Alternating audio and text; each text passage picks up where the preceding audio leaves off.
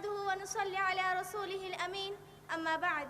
محترم صدر جلسہ، مہمانان خصوصی، حکم صاحبان اور میری پیاری ماؤں اور بہنوں، ہماری آج کی گفتگو اس فتنے کے بارے میں ہے جو ہر گھر میں داخل ہو چکا ہے الا کہ کوئی گھر بچا ہو. وہ فتنہ ٹیلی ویژن کا فتنہ ہے. آج ہم 4 نکات پر بات کریں گے. پہلی بات، اس میں شریعت کی مخالفت. دوسری بات، اس بارے میں علماء کے اقوال. تیسری بات، شبہات اور ان کا ازالہ.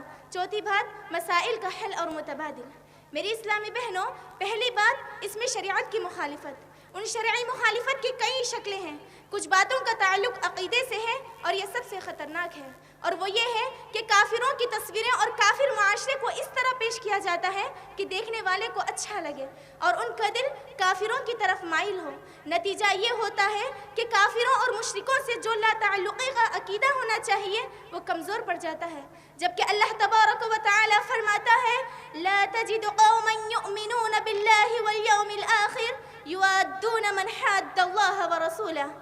اللہ کے رسول صلی اللہ علیہ وسلم نے فرمایا ان اوثق عرى الایمان ان تحب فی اللہ وتبغض فی اللہ. ایمان کا مضبوط کڑا یہ ہے کہ تم اللہ ہی کے لیے محبت کرو اور اللہ ہی کے لیے بغض رکھو. کارٹون پر مبنی فلمیں پیش کرنا، یہ فلمیں انتہائی گھٹیا طریقے سے پیش کی جاتی ہے. اس میں بچے وہ چیزیں سیکھتے ہیں جو اسلامی عقیدے اور عالی اخلاق کے خلاف ہوتی ہیں. مثلا کفر، گمراہی، عشق پر مبنی قصے. بہن طیبہ الیحییٰ نے اپنی کتاب مسلمات علی ولدی میں بیان کیا ہے کہ میں نے بچوں کے کئی پروگرام دیکھے ہیں جن کا خلاصہ یہ ہے کہ وہ سب شرعی مخالفت پر مشتمل ہے. اس لیے والدین کی ذمہ داری بنتی ہے کہ وہ اپنی اولاد کو سمجھائیں کہ ٹیلی ویژن کے پروگرام، ڈرامے، فلمیں، حتیٰ کہ کارٹون بھی کافر ملکوں کے بنائے ہوئے ہیں جو اسلام اور مسلمانوں کے دشمن ہیں، جن کی سب سے محبوب چیز مسلمانوں کو تباہ کرنا ہے، مسلمانوں کو ان کے دین، ان کے اخلاق، ان کے بہترین آداب سے انہیں دور کرنا ہے تاکہ مسلمان ہمیشہ ہمیش کے لیے یورپ کے غلام بن کر رہ جائیں. میری اسلامی بہنوں، دوسری بات، اس بارے میں علماء کے اقوال.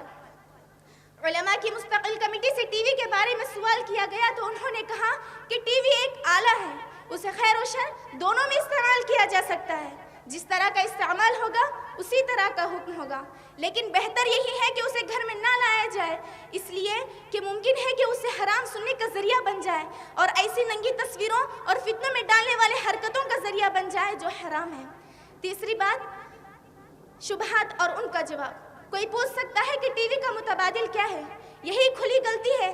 ہر چیز میں مومن کو متبادل کی تلاش سے منع کیا گیا ہے، اسے حرام کیا گیا ہے. بلکہ مسلمان کا تو فرض یہ ہے وہ کہے ہم نے سن لیا، مان لیا، جیسا کہ اللہ تبارک و تعالی فرماتا ہے انما كان قول المؤمنین اذا دعوا الى الله ورسوله ليحكم بينهم ان يقولوا سمعنا واطعنا واولئك هم المفلحون. میری اسلامی بہنوں، کچھ لوگ یہ اعتراض اٹھاتے ہیں کہ ٹی وی گھر میں رکھنا جائز نہیں ہے، لیکن اگر ہم ٹی وی نہ خریدیں تو ہمارے بچے پڑوسیوں کے گھر میں جا کر ٹی وی دیکھتے ہیں. تو اس اعتراض کے 2 جوابات ہیں.